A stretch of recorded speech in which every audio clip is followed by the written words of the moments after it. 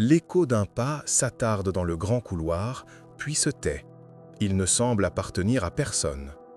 La lumière d'un après-midi finissant peine à traverser les vitraux, posant sur le marbre froid des flaques de couleur fatiguée. La poussière, visible dans ses rares rayons, danse lentement. Seul mouvement dans un silence absolu, presque solide. Chaque objet, une armure de cérémonie, une tapisserie flamande dépeignant une chasse oubliée, semble retenir son souffle. L'air est lourd, imprégné d'une odeur de cire froide et de velours ancien. C'est un lieu construit pour la grandeur, mais qui ne respire plus que l'absence. La splendeur de ses boiseries sculptées et de ses plafonds à caissons ne fait qu'amplifier le vide, transformant ce qui fut un palais en un mausolée élégant, gardien d'une vie qu'il a désertée depuis longtemps. Cette opulence figée se dressait autrefois au 660 Fifth Avenue, au cœur battant de New York. C'était le Petit Château, l'une des 3 demeures interconnectées formant le triple palais de William K. Vanderbilt. Érigée durant les dernières années du 19e siècle, en plein Gilded Age, cette forteresse de calcaire de l'Indiana était une anomalie architecturale. Une tentative audacieuse de transplanter la majesté des châteaux de la Loire sur le sol américain. Dans une ville qui se précipitait vers l'avenir avec ses gratte-ciel en acier, ce manoir regardait obstinément vers le passé, proclamant une légitimité aristocratique dans un monde défini par une richesse nouvelle et brutale. Il était à la fois un chef-d'œuvre et une provocation, un monument à la puissance d'une dynastie qui cherchait à pétrifier sa domination. Pourtant, cette citadelle n'a pas été érigée pour se défendre, mais pour attaquer. Sa construction fut un acte de guerre sociale, un siège mené contre les bastions de la vieille aristocratie new-yorkaise. Menée par les Astor, cette élite, connue sous le nom des 400, fermait ses portes aux fortunes récentes, jugées vulgaires. Les Vanderbilt, malgré leur immense richesse issue des chemins de fer et de la marine à vapeur, étaient considérés comme des parvenus. Le palais n'était donc pas une simple résidence, c'était une machine de guerre stratégique, conçue par Alva Vanderbilt, l'épouse de William, pour forcer la reconnaissance. Chaque tourelle, chaque gargouille, chaque salon était une manœuvre calculée, une démonstration de force destinée à rendre leur exclusion socialement intenable. Au centre de cette entreprise se trouvait un couple dont les ambitions, bien que conjointes, puissaient à des sources différentes. William K. Vanderbilt, héritier d'une fortune colossale, semblait porter le poids de son nom comme une obligation. Il finançait le rêve, mais ne semblait pas en être l'âme. Son désir était peut-être plus simple, maintenir le statut et la puissance de sa lignée. Mais la véritable force motrice était Alva. Issue d'une famille du Sud moins fortunée, elle possédait une volonté de fer et une compréhension aiguë des mécanismes du pouvoir social. Pour elle, le palais n'était pas la fin, mais le moyen. C'était le théâtre nécessaire pour mettre en scène son triomphe. La fragilité de sa position de nouveau riche nourrissait une détermination féroce, transformant la pierre en une extension de sa propre ambition. L'éternité promise par le calcaire et le marbre ne dura pourtant qu'une 40aine d'années. Le monument, conçu pour graver le nom Vanderbilt dans l'histoire pour des siècles, fut l'un des premiers de sa statue à tomber sous les coups des démolisseurs. Sa disparition fut aussi spectaculaire que son édification. Derrière la façade d'une puissance inébranlable se cachait une vérité bien plus précaire, celle d'une fortune et d'un mode de vie devenus obsolètes. L'histoire de ce palais n'est pas seulement sa construction ou sa splendeur éphémère, c'est le récit du coût caché d'un héritage bâti pour être vu plutôt que vécu, et de la façon dont les symboles les plus imposants peuvent se transformer en poussière. Le manoir est né du fracas du Gilded Age, une époque de contrastes violents où des fortunes titaniques s'édifiaient sur le labeur de millions, et où la richesse n'avait de sens que si elle était publiquement proclamée. New York était le champ de bataille de cette nouvelle opulence, et la 5e avenue, sa ligne de front. La société était scindée entre la vieille aristocratie, incarnée par les Astor, qui tirait sa légitimité de générations de richesses fondières, et les nouveaux industriels, les Vanderbilt en tête, dont le pouvoir, forgé dans la vapeur et l'acier des chemins de fer, était jugé brutal et sans noblesse. Dans ce climat de compétition sociale acharnée, l'argent seul ne suffisait pas. Il fallait le transformer en un symbole de statut si puissant qu'il deviendrait incontestable. Chaque nouvelle demeure était une manœuvre, chaque réception un assaut. L'accès à la haute société était rigoureusement contrôlé par un cercle restreint, connu sous le nom des 400, une liste arbitraire des familles jugées dignes d'être reçues. Les Vanderbilt, malgré leur fortune écrasante, en étaient exclus. C'est dans ce contexte d'humiliation feutrée qu'Alva Vanderbilt conçut son plan. Elle comprit qu'on ne pouvait pas demander la reconnaissance, il fallait l'exiger. La construction du petit château n'était donc pas une décision architecturale, mais un acte de guerre stratégique. Il ne s'agissait pas de construire une maison, mais une arme. Une scène si spectaculaire que l'élite serait forcée de s'y rendre, et donc de reconnaître ses occupants. Le palais était un ultimatum en pierre de taille, un siège social lancé contre les bastions de l'exclusivité. Le choix du style architectural était une déclaration en soi. En important l'esthétique des châteaux de la Loire, Alva Vanderbilt ne se contentait pas d'ériger une résidence luxueuse, elle importait une légitimité aristocratique que l'Amérique, nation de nouveaux riches, ne pouvait offrir. Chaque tourelle, chaque gargouille, chaque toit en ardoise à forte pente était une référence directe à une noblesse d'Ancien Régime, une tentative de greffer un passé européen sur une fortune purement américaine. Cette réinterprétation du gothique flamboyant et de la première Renaissance française était une provocation vis-à-vis des demeures plus sobres de la vieille garde. C'était affirmer que la dynastie Vanderbilt n'était pas un simple accident industriel, mais l'aube d'une nouvelle noblesse, dotée de ses propres codes et de ses propres monuments. La construction fut une épopée logistique et humaine. Une armée de centaines d'artisans, tailleurs de pierre, sculpteurs et charpentiers venus d'Europe et d'Amérique fut mobilisée. Des tonnes de calcaire de l'Indiana, chaque bloc numéroté et assemblé avec une précision d'horloger, formèrent la carapace de la forteresse. À l'intérieur, des pièces entières, boiseries, cheminées monumentales, plafonds à caissons, furent achetées à des châteaux européens en déshérence, démontés, transportés par-delà l'Atlantique et remontés à New York. Derrière cette façade historique se cachait une machine d'une modernité redoutable, avec chauffage central, plomberie avancée et un réseau complexe de sonnettes pour les domestiques. Le coût financier était astronomique, mais le coût humain, invisible, était inscrit dans la sueur des hommes qui érigeaient un rêve auquel ils n'auraient jamais accès. Une fois les portes closes, la vie à l'intérieur était un rituel immuable, un théâtre de l'étiquette où chaque geste était codifié. Les journées étaient rythmées par les changements de tenue, les repas formels s'étirant sur des heures et les visites sociales savamment orchestrées.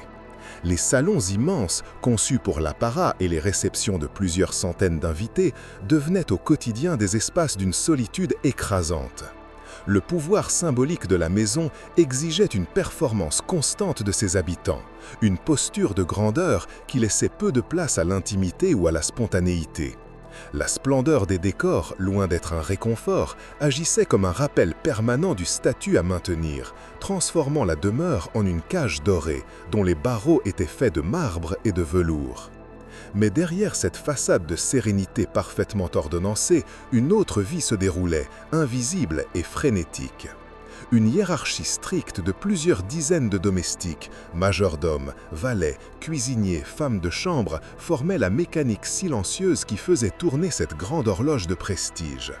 Leur journée, qui commençait avant l'aube et finissait bien après le coucher des maîtres, se passait dans un réseau de couloirs de service, d'escaliers dérobés et de cuisines en sous-sol. Ils étaient les rouages essentiels de la machine sociale, leur travail incessant et physiquement éprouvant garantissant l'illusion de facilité qui régnait en haut. Deux mondes coexistaient ainsi dans la même structure, séparés par quelques centimètres de plâtre, mais par un abîme social infranchissable. Au cœur de cette forteresse de pierre se tenait William K. Vanderbilt, un homme dont la puissance semblait moins une force motrice qu'un fardeau. Héritier du commodore Cornelius Vanderbilt, il incarnait la deuxième génération, celle qui doit consolider ce que la première a brutalement conquis. Son rôle n'était pas celui du visionnaire, mais du gardien. Il finançait le rêve d'Alva avec une sorte de résignation disciplinée, comprenant que la survie de la dynastie ne dépendait plus seulement de la puissance financière, mais de sa traduction en capital social. Chaque dollar dépensé pour le palais était un investissement dans la légitimité. Pourtant, les témoignages de l'époque suggèrent un homme discret, presque effacé par l'éclat de sa propre fortune et l'ambition dévorante de son épouse. Il était le roi silencieux d'un royaume qu'il n'avait pas désiré, un monarque dont la principale fonction était de signer les chèques qui donnaient corps à une ambition qui n'était pas la sienne. Face à lui, Alva. Elle était le véritable architecte du destin de la famille. Issue d'une lignée sudiste respectable mais financièrement diminuée, elle portait en elle la blessure de l'outsider. Son mariage avec William lui a donné les moyens, mais sa volonté de faire qui a forgé l'arme. Pour Alva, le petit château n'était pas une demeure, mais une machine de siège, une déclaration de guerre en calcaire et en marbre. Chaque décision, du choix du style à la liste des invités de la pendaison de crémage, était une manœuvre tactique. Son obsession pour le détail n'était pas de l'extravagance, mais de la stratégie pure. Elle comprenait que dans le théâtre de la haute société, le décor était plus important que l'acteur. La maison était une projection de sa propre psyché. Une façade impénétrable, dissimulant une détermination féroce à ne plus jamais être ignorée, à transformer le mépris en admiration forcée. Pour traduire cette ambition en une réalité tangible, Alva fit appel à l'architecte le plus en vue de l'époque, Richard Morris Hunt. Premier Américain diplômé de l'École des Beaux-Arts de Paris, Hunt était le maître incontesté du style grandiose que désirait la nouvelle élite industrielle. Il n'était pas simplement un constructeur, il était un créateur de dynastie. Un homme qui savait comment utiliser la pierre pour raconter une histoire de pouvoir et d'éternité. Sa mission pour les Vanderbilt était claire, importer l'aura de l'aura aristocratique européenne et la greffer sur la 5e avenue. Il devint le maître en scène du rêve d'Alva, orchestrant une symphonie de tourelles, de gargouilles et de salons d'apparat. Son enjeu personnel était immense. Le petit château devait être le couronnement de sa carrière, un chef-d'œuvre qui prouverait que l'Amérique pouvait rivaliser et même surpasser les palais du vieux monde. L'adversaire, bien que rarement nommé, était omniprésent. C'était la vieille garde de New York, incarnée par une seule figure, Caroline Astor. En tant que gardienne autoproclamée des portes de la haute société, la Mrs. Astor régnait sur un monde de codes non écrits et de traditions immuables. Sa fameuse liste des 400, le nombre de personnes pouvant tenir dans sa salle de bal, était la frontière infranchissable qui séparait la richesse ancienne de la nouvelle. Les Astor et leur cercle ne menaient pas une guerre ouverte. Leur pouvoir résidait dans le mépris silencieux, dans l'art de l'exclusion polie. Ils représentaient une légitimité fondée sur le temps, la terre et le lignage, tout ce que l'argent des Vanderbilt ne pouvait acheter. Le palais d'Alva était donc une insulte directe à leur hégémonie, une tentative brutale de forcer une reconnaissance qu'ils n'étaient pas disposés à accorder. Puis vinrent les héritiers, la génération pour qui le palais fut construit, mais qui n'en partagea jamais la raison d'être. Nés au sommet de la pyramide sociale que leurs parents avaient si durement escaladée, ils voyaient la demeure non comme un triomphe, mais comme une contrainte. Pour des enfants comme Consuelo Vanderbilt, dont le mariage fut lui-même une transaction dynastique, les couloirs immenses et les salons dorés n'étaient que les barreaux d'une cage somptueuse. Ils étaient les dépositaires d'un héritage écrasant, d'un mode de vie déjà anachronique à l'aube du XXe siècle. Leur enjeu n'était plus la conquête sociale, mais l'évasion personnelle. Ils aspiraient à une vie plus simple, plus privée, loin de la performance constante qu'exigeait la maison. Le monument à la permanence des Vanderbilt était devenu un fardeau pour ceux qui devaient le faire vivre, annonçant sa future obsolescence. Enfin, il y avait le rival ultime, une force plus implacable que n'importe quelle dynastie, la ville de New York elle-même. Tandis que les Vanderbilt tentaient d'imposer un ordre aristocratique et statique, la ville bouillonnait d'une énergie contraire, celle du commerce, du changement et de la réinvention perpétuelle. La logique de New York n'était pas celle du sang, mais celle du capital. La valeur du terrain sur lequel reposait le château augmentait de manière exponentielle, rendant la structure elle-même, malgré son coût et sa beauté, de moins en moins rentable. Les rues s'élargissaient, les gratte-ciels commençaient leur ascension, et le bruit du progrès menaçait le silence feutré des demeures de la 5e avenue. Cette force anonyme et pragmatique, indifférente aux batailles sociales d'une époque révolue, serait le véritable bourreau du palais, prouvant que rien, pas même la forteresse la plus solide, ne peut résister à la marche du temps. Le grand dessein du petit château n'était pas simplement architectural, mais idéologique. Il s'agissait de créer une œuvre d'art totale, un Gesamtkunstwerk, où chaque détail, de la ferronnerie des portes aux tapisseries des salons, concourait à une seule et même fin, la fabrication d'une légitimité aristocratique. L'ambition d'Alva Vanderbilt, traduite par le génie de Richard Maurice Hunt, était de construire un univers hermétique, un fragment d'Europe ancienne, transplanté et scellé au cœur de la modernité américaine. Cette impossibilité fondamentale définissait le projet, ériger une forteresse non seulement contre le mépris social, mais contre le temps lui-même, contre l'énergie chaotique et progressiste de New York.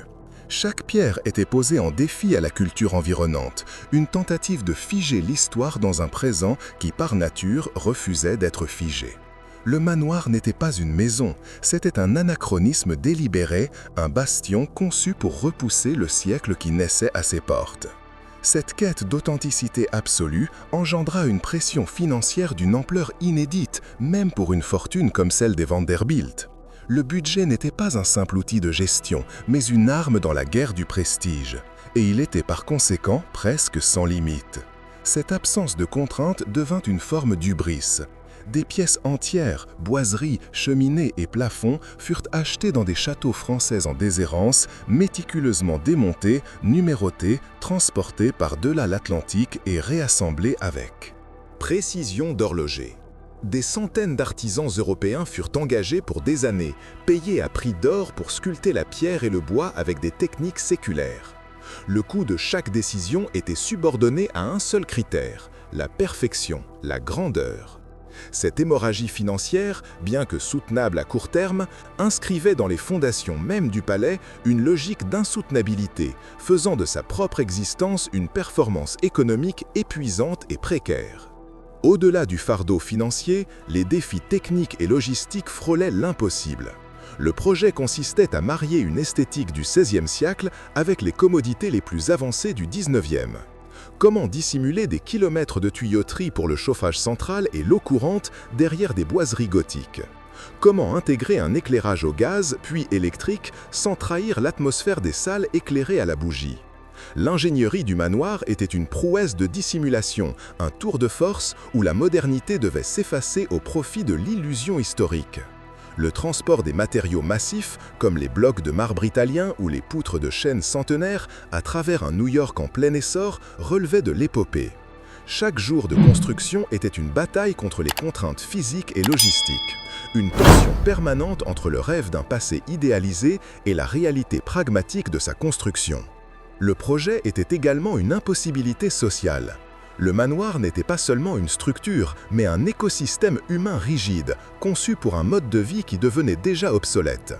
Il exigeait le service d'une armée de domestiques, plus de 40 personnes à son apogée, fonctionnant selon une hiérarchie quasi militaire, un système de caste hérité de l'aristocratie européenne. Cette organisation créait une division interne radicale. Un monde d'en haut, celui de l'apparat, du loisir et de la performance sociale, et un monde d'en bas, celui du labeur incessant, de la chaleur des cuisines et du silence des couloirs de service. Maintenir cette machine humaine parfaitement huilée dans une Amérique où les rapports sociaux évoluaient devenait de plus en plus difficile. Le rêve d'une domesticité servile et invisible se heurtait à la réalité d'un monde en mutation, rendant l'atmosphère interne aussi fragile que les relations qui la soutenaient. Au cœur de cette entreprise titanesque se nichait une division encore plus profonde, celle du couple Vanderbilt lui-même. Le palais était le fruit d'une alliance précaire, la vision obsessionnelle d'Alva et la fortune colossale, presque passive, de William. Si le projet était leur front commun contre le monde extérieur, il devint en interne le théâtre de leurs ambitions divergentes. Pour Alva, chaque salon était une manœuvre stratégique. Pour William, peut-être une obligation dynastique, un fardeau de plus lié à son nom. Cette dissonance fondamentale se reflétait dans la nature même de la demeure, un monument grandiose érigé pour célébrer une lignée et une union qui se fissuraient de l'intérieur. La maison, conçue pour être le symbole ultime de la permanence des Vanderbilt, portait en elle les germes de leur séparation, transformant le sanctuaire familial en un décor somptueux pour un drame conjugal inévitable. Ainsi, le grand dessin portait en lui les semences de sa propre destruction. La caractéristique qui définissait le petit château, son refus absolu de son temps et de son lieu, fut aussi sa faille fatale. En s'ancrant si farouchement dans un passé européen idéalisé, il se rendait incapable de dialoguer avec l'avenir américain. Chaque décision prise au nom de la permanence, la masse écrasante de la pierre, la rigidité de sa structure sociale interne, l'importation d'une histoire qui n'était pas la sienne, le condamnaient à l'inflexibilité. Le manoir était un organisme magnifique mais incapable de s'adapter. La forteresse conçue pour graver le nom Vanderbilt dans l'éternité s'est révélée être une cage dorée, un piège magnifiquement ouvré qui accéléra l'obsolescence de tout ce qu'il était censé protéger. Chaque gargouille, chaque tourelle était une sentinelle veillant sur un avenir qui n'aurait jamais lieu. À son apogée, le manoir fonctionnait comme une horloge céleste, dont les rituels sociaux étaient les constellations les plus brillantes. Les grands bals en particulier étaient des opérations d'une complexité militaire. Des semaines de préparation culminaient en une seule nuit, où des centaines de chandeliers en cristal de Bohême illuminaient la grande salle de bal, leurs flammes se reflétant à l'infini dans les miroirs vénitiens. L'air, saturé du parfum de milliers de roses importées, vibrait au son d'un orchestre dissimulé derrière des paravents en laque. Chaque invité, chaque plat, chaque verre de champagne était une pièce sur un échiquier social déplacé avec une précision calculée. Mais cette perfection avait un coût vertigineux. Une seule de ces soirées pouvait engloutir l'équivalent du revenu annuel de centaines de familles américaines. Une hémorragie de capital qui transformait la célébration du statut en une démonstration de plus en plus précaire de sa propre fragilité financière. La splendeur était une dette contractée vers le futur. Le quotidien des Vanderbilt était une performance interrompue, une pièce jouée dans un théâtre vide. Les journées étaient scandées par des changements de tenue. Pour le petit déjeuner, la promenade, le déjeuner, le thé, le dîner, chacun exigeant l'assistance de valets et de femmes de chambre. Les repas, même pris en solitaire, se déroulaient dans l'immense salle à manger gothique sous le regard silencieux de portraits d'ancêtres imaginaires, servis par une procession de domestiques en livrée. Les couloirs, conçus pour le passage de foule, s'étendaient comme les côtes d'un organisme oublié, leur vide amplifiant la solitude de leurs occupants. William se retirait souvent dans son fumoir lambrissé de chêne, un sanctuaire contre la grandeur qu'il finançait, tandis qu'Alva parcourait les salons, inspectant chaque détail, s'assurant que le décor de son triomphe restait impeccable. Le palais, symbole de leur pouvoir uni, devenait le témoin silencieux de la distance qui se creusait entre eux, un espace où la conversation se perdait avant d'atteindre l'autre bout de la table. Derrière les murs tapissés de soie, un autre monde fonctionnait dans une frénésie silencieuse. Le domaine des domestiques était un labyrinthe de couloirs de service, escaliers dérobés et de sous-sols où régnait la chaleur suffocante des cuisines et de la buanderie. Plus de 40 employés, régis par une hiérarchie aussi rigide que celle d'une armée, assuraient le fonctionnement de la machine. Leur journée commençait avant l'aube, avec le polissage de l'argenterie et l'allumage des feux, et se terminait bien après que les maîtres se soient retirés. Ils étaient les gardiens de l'illusion, leur labeur incessant garantissant la sérénité et l'ordre apparent du monde d'en haut. Cette coexistence de deux réalités si radicalement opposées sous un même toit créait une tension sourde. L'épuisement et les rivalités internes en bas menaçaient constamment de perturber la perfection exigée en haut, une fissure humaine dans la structure de pierre. Le manoir n'était pas seulement une résidence, c'était une entité économique vorace. Chaque mois, des sommes colossales étaient nécessaires pour maintenir son train de vie. Le budget couvrait les salaires de la quarantaine de domestiques, l'entretien des œuvres d'art, le coût du charbon pour chauffer des pièces au plafond vertigineux et l'importation constante de produits de luxe d'Europe, vins, mets, tissus. Les comptes, tenus avec une précision méticuleuse dans de lourds registres, révélaient une dépendance totale à la performance des investissements ferroviaires et maritimes de la famille. Cette artère financière, bien que puissante, n'était pas invulnérable. Les fluctuations des marchés, les crises économiques nationales ou les grèves dans les industries des Vanderbilt pouvaient menacer de resserrer le flux de capitaux. Le palais, ce symbole de richesse immuable, était en réalité suspendu à la volatilité d'une économie industrielle que ses murs tentaient si désespérément d'ignorer, le rendant aussi vulnérable qu'un navire de luxe dans une mer agitée. La structure elle-même était une source de contraintes permanentes. La masse de calcaire, de marbre et de bois précieux, bien que magnifique, était un fardeau. Les hivers new-yorkais brutaux mettaient à l'épreuve les toits en ardoise complexes et les jointures des vitraux, exigeant des réparations constantes et coûteuses. La pollution de la ville, issue du charbon, noircissait la façade de calcaire, nécessitant des nettoyages fréquents pour maintenir son éclat. À l'intérieur, la lutte contre la poussière était une bataille quotidienne menée par une armée de femmes de chambre dans des salles où chaque surface était sculptée, dorée ou ornementée. La technologie moderne, si avancée pour l'époque, comme le système de chauffage central, était capricieuse et difficile à entretenir.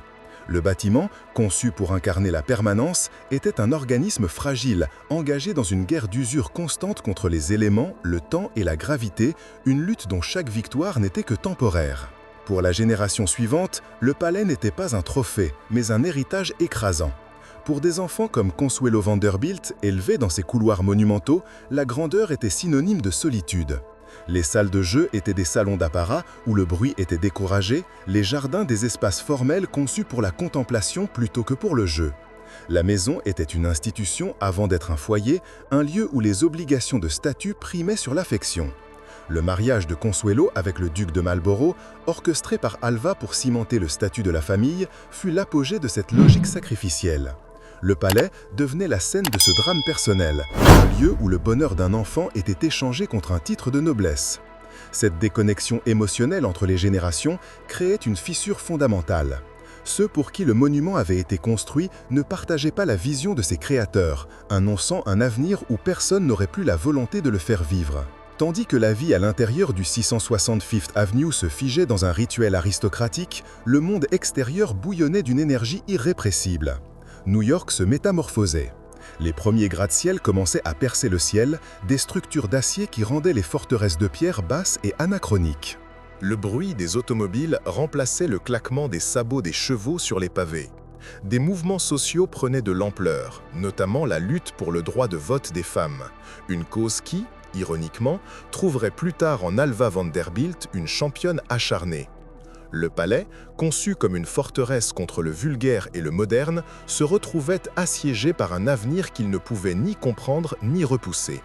Chaque nouveau bâtiment, chaque nouvelle invention, chaque nouvelle idée qui émergeait dans la ville rendait le manoir un peu plus obsolète, le transformant en une île du passé que le courant de l'histoire commençait à éroder de toutes parts.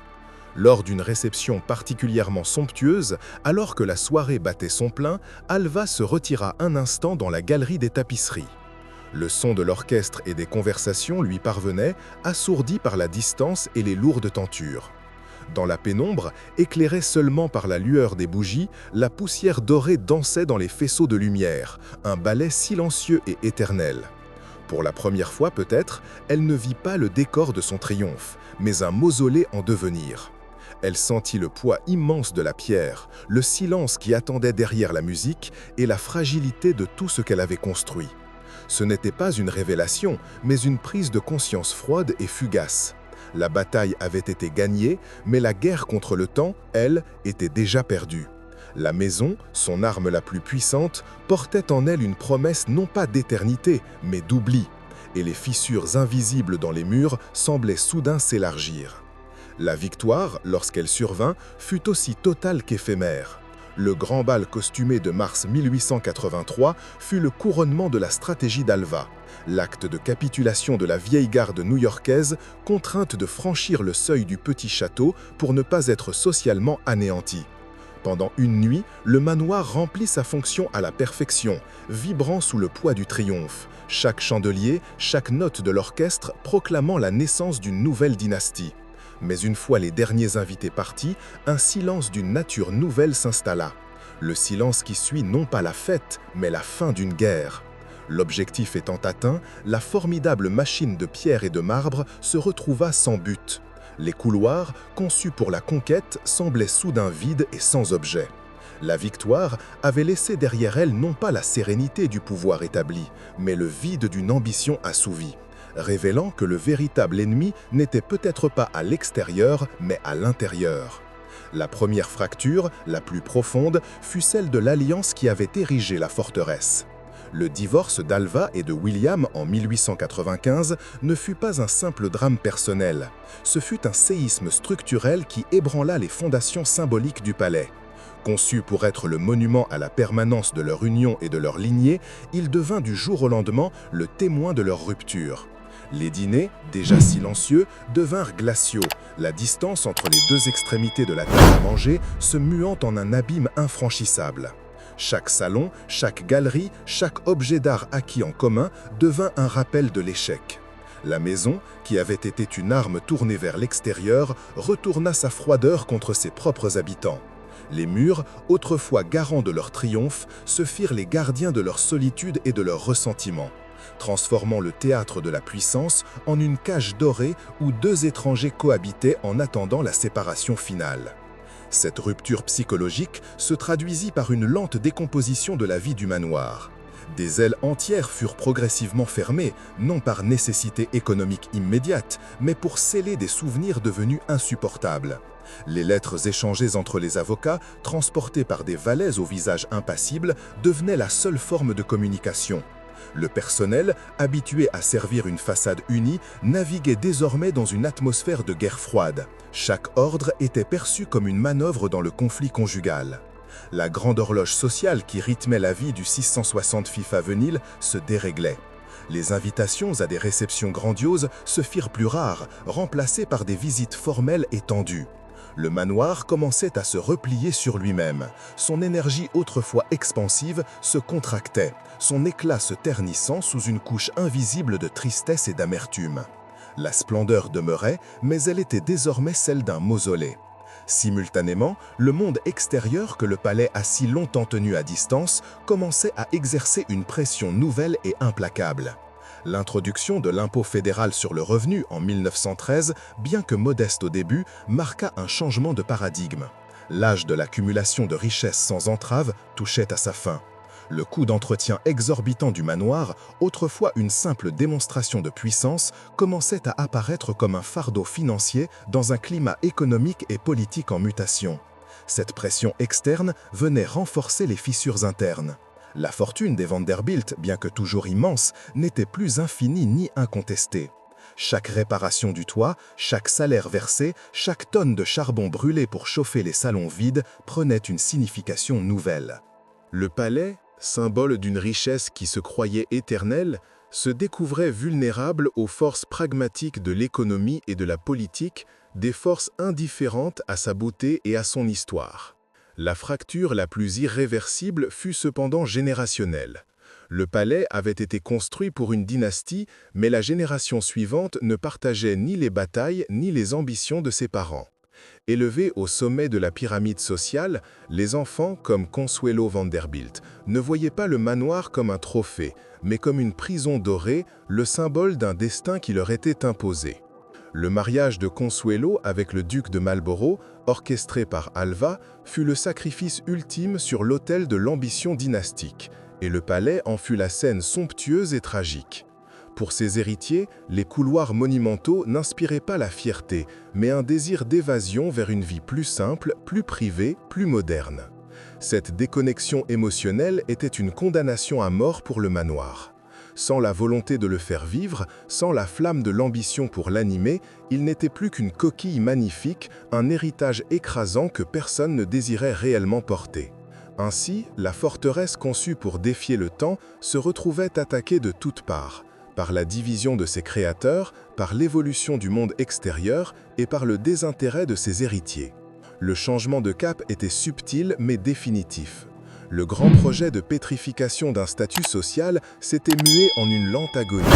Les fissures dans les murs n'étaient plus seulement métaphoriques, elles étaient inscrites dans la logique même de l'existence du bâtiment. Les chandeliers, qui avaient autrefois reflété l'éclat d'une société conquise, ne renvoyaient plus que l'image de salles vides et la solitude d'une dynastie qui se défaisait. La direction du destin avait changé. Le manoir n'était plus une flèche pointée vers un avenir éternel, mais un monument qui commençait déjà son long et silencieux voyage vers l'oubli, chaque jour le rapprochant un peu plus de la poussière dont il était né.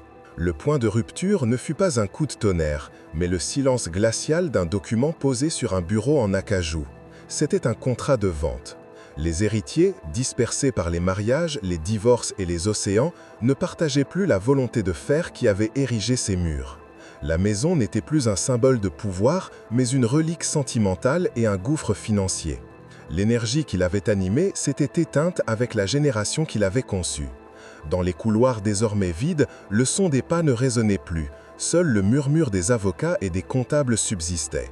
Les calculs froids des registres financiers avaient finalement eu raison de la poésie de la pierre. La décision, prise sans drame apparent, était l'aboutissement logique d'une lente érosion interne. La forteresse n'avait pas été prise d'assaut, elle s'était rendue de l'intérieur, ses gardiens ayant abandonné leur poste, lassés par une guerre de prestige dont ils ne comprenaient plus l'enjeu. Puis, la force extérieure, implacable et anonyme, frappa à la porte. Ce n'était pas un rival social, mais la logique même de la ville de New York. Dans les décennies qui suivirent sa construction, la valeur du terrain sur la 5e avenue avait explosé, propulsée par la ferveur commerciale qui transformait Manhattan en un échiquier de verre et d'acier. Une nouvelle réalité, brutale et mathématique, s'imposa. Le chef-d'œuvre architectural valait moins que le sol nu sur lequel il reposait. Le commerce, cette force même qui avait financé le palais, venait maintenant réclamer son dû, non par vengeance, mais par pure rationalité économique. Le petit château était devenu une anomalie, un obstacle magnifique mais inefficace à la circulation du capital. Le même pragmatisme qui avait érigé la fortune des Vanderbilt se retournait contre son symbole le plus ostentatoire, prouvant que dans cette ville, la seule dynastie véritablement éternelle était celle du profit. Les derniers jours furent d'une quiétude spectrale. Les meubles monumentaux, témoins de tant de réceptions fastueuses, furent recouverts de linceul de coton blanc, leurs formes devenant des fantômes endormis dans la pénombre. Les derniers domestiques, vieillissants, firent leur bagage en silence, leurs pas feutrés marquant la fin d'une ère de service dévoué. Les chandeliers en cristal, qui avaient autrefois reflété la lumière sur des centaines de visages, pendaient sombres et inertes, comme des squelettes de constellations éteintes. La poussière, ennemie jurée d'Alva, commençait enfin à gagner la guerre, se déposant en une fine couche sur le marbre et les boiseries, un voile de deuil jeté par le temps lui-même. La maison, vidée de sa fonction et de ses habitants, n'était plus qu'une coquille, une structure magnifique retenant son souffle avant le coup de grâce. Le silence n'était plus pesant, il était absolu, le son même de l'abandon. Avant la destruction physique vint le démembrement symbolique. Une vente aux enchères fut organisée, transformant le sanctuaire en un marché public. Des étrangers, curieux et affairistes, parcourirent les salons où seuls les 400 avaient autrefois eu accès, leurs chaussures profanant les parquets cirés. Des étiquettes numérotées furent collées sur des tapisseries flamandes, des panneaux de chêne sculptés, des cheminées importées de châteaux français. Chaque objet, arraché à son contexte, perdait sa signification pour devenir une simple marchandise. L'œuvre d'art totale, ce monde cohérent et hermétique rêvé par Alva, fut dépecé, ses fragments dispersés aux 4 vents. C'était plus qu'une vente, c'était une autopsie publique, le pillage organisé de l'âme du lieu. La dispersion des trésors du manoir fut la véritable première démolition, celle qui anéantit le sens avant même de toucher à la matière. Puis les machines arrivèrent. Le son sec et brutal du premier impact de la masse sur le calcaire de l'Indiana résonna sur la 5e avenue, un bruit incongru dans ce quartier de luxe feutré. La façade, si méticuleusement assemblée, résista un instant, comme incrédule, avant de céder dans un nuage de poussière blanche. La démolition fut une opération d'une efficacité chirurgicale, l'antithèse absolue de la lente et patiente construction. Des murs s'effondrèrent, révélant aux passants les intérieurs somptueux, les papiers peints de soie déchirés, les squelettes des salons d'apparat exposés à la lumière crue du jour comme les secrets d'une tombe profanée. Une gargouille qui avait veillé sur la ville pendant 40 ans chuta dans un fracas sourd sur le trottoir. La forteresse, conçue pour intimider, était violée, démantelée, exécutée avec la froideur d'une transaction commerciale. Son agonie devenant un spectacle pour la ville qu'elle avait tenté de dominer. En quelques semaines, il ne resta rien. Là où se dressaient des tourelles inspirées de la Loire, il n'y avait plus qu'un terrain vague, une blessure béante dans le tissu urbain, jonché de gravats et de souvenirs brisés. La disparition du palais fut si rapide, si complète, qu'elle sembla presque irréelle. Le vide laissé était plus assourdissant que le bruit de la démolition.